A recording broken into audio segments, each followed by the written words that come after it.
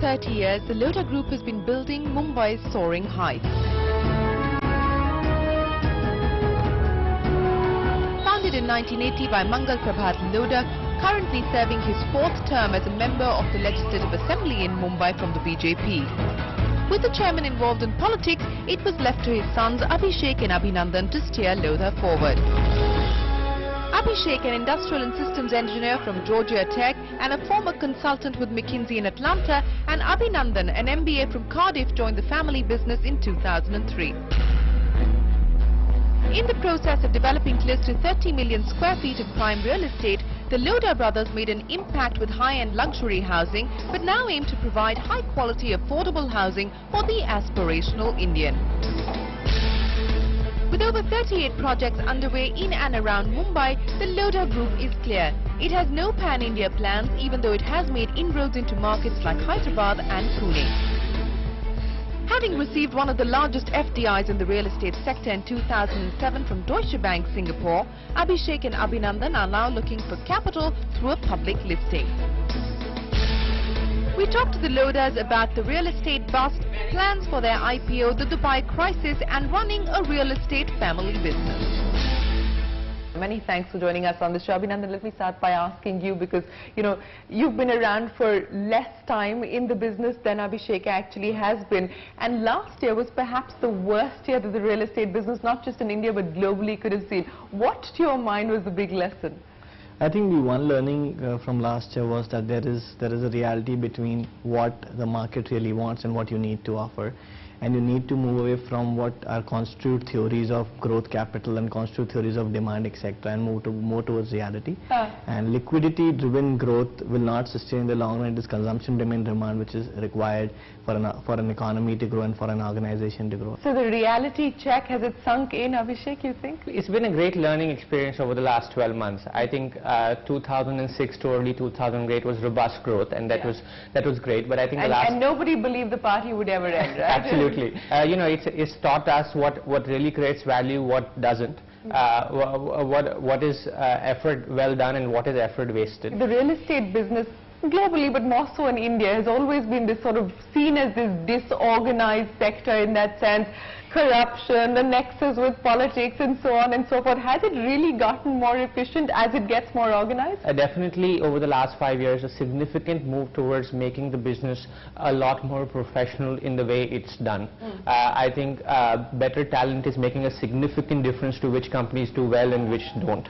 And the only way to get good talent and to retain it is to make sure that you're transparent in the way you're doing things.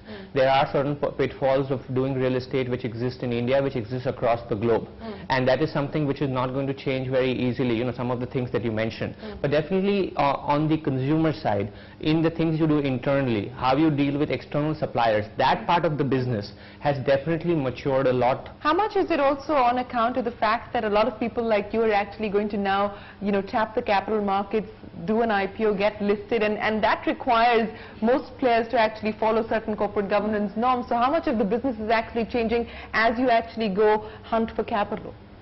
I think the hunt for capital is definitely one part of the improvement in the process, but I don't think it's only public capital. I think we've got about $600 million over the last 3 years, and that automatically requires that you make improvements in certain practices which were followed earlier. Clearly, the capital availability for growth, as well as what the consumer now expects from grade A developers, which is driving the move towards having a more transparent, more process-based way of doing business. But do you see a sort of herd mentality, especially as far as the Indian real estate space is concerned? Because when you see fundraising, everybody raises funds together using the QIP route. When you're actually talking about moving to affordable housing, the entire industry goes from luxury to affordable housing pretty much at the same time. Are you sort of sensing this predictability, this kind of herd mentality within the Indian real estate space at this point? Over the next 5 years, you will see that players will get differentiated between themselves. Already it's happened, and it will further get differentiated based on their abilities, their way of doing business, and their maturity, etc. etc. If you look at these herd mentality closely, you will see there are often first movers and then everybody else follows, and the first mover takes an advantage.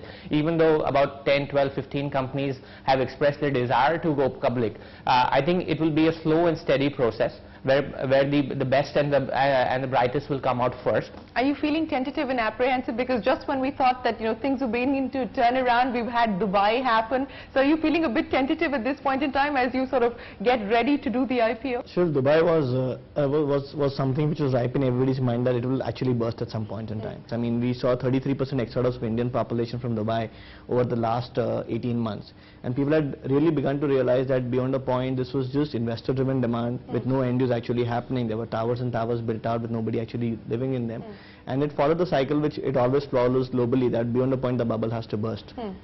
But the Indian economic scenario is I think fairly different, and the demand is extremely real, and here it is more the ability to actually supply to that demand than the reality of the demand which is Sure, while it may not impact demand in India, but just in terms of funds, and this is really the time when everybody is going around looking for funds. Do you think the enthusiasm which we were seeing return, maybe that's going to ebb or dry up? I think clearly, in spite of what actually happened, they are very, very clear that globally there is enormous amount of need for putting capital into India and China, and within India people are looking for real estate is a story which attracts more people, and they're looking for a differentiated organization to put capital into, and if there is a differentiated organization, capital is definitely not a constraint. Well, talking about the big event, and that's the IPO that you are planning, most of the loose ends tied up. You've already filed your DRHP. We filed a DRHP with SEBI in late September, and now have had a couple of rounds of queries from SEBI which we've answered.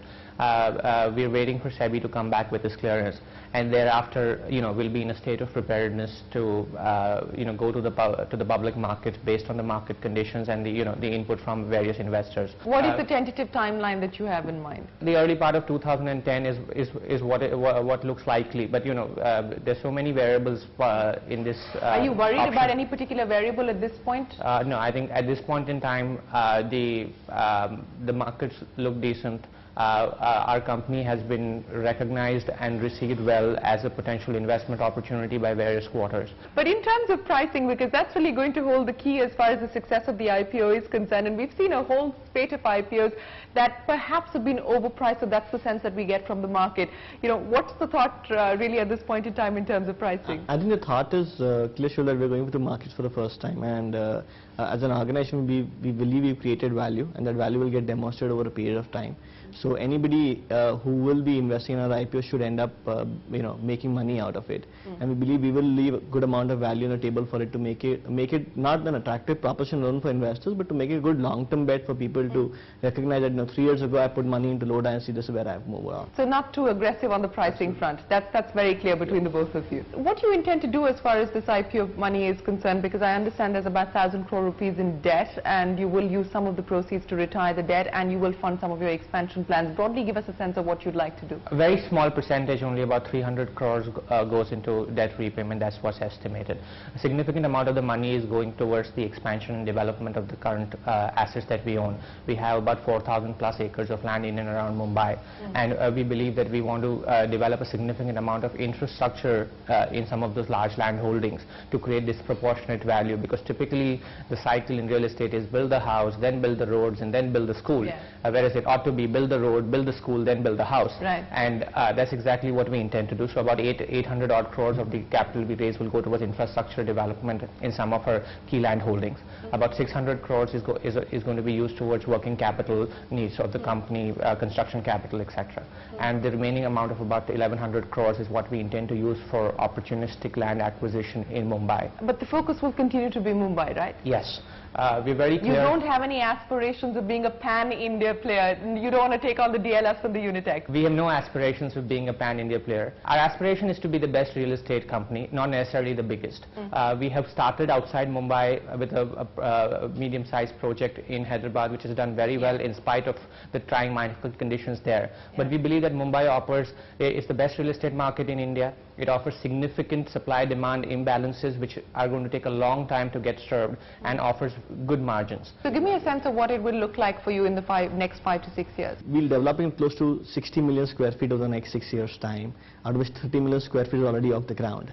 So that's in terms of pure numbers. In terms of sales, that would amount to close to $7 to $8 billion worth of sales, at such an annual sale rate of almost $1.4 billion. We are online to achieve what we projected out as targets for this year, and based on that, the growth does not look disproportionate to manage. So I think that's where we really are. Time for us to take a break, but we will be back with Abhisheck and Abhinandan Lodha on India Inc. Generation Next.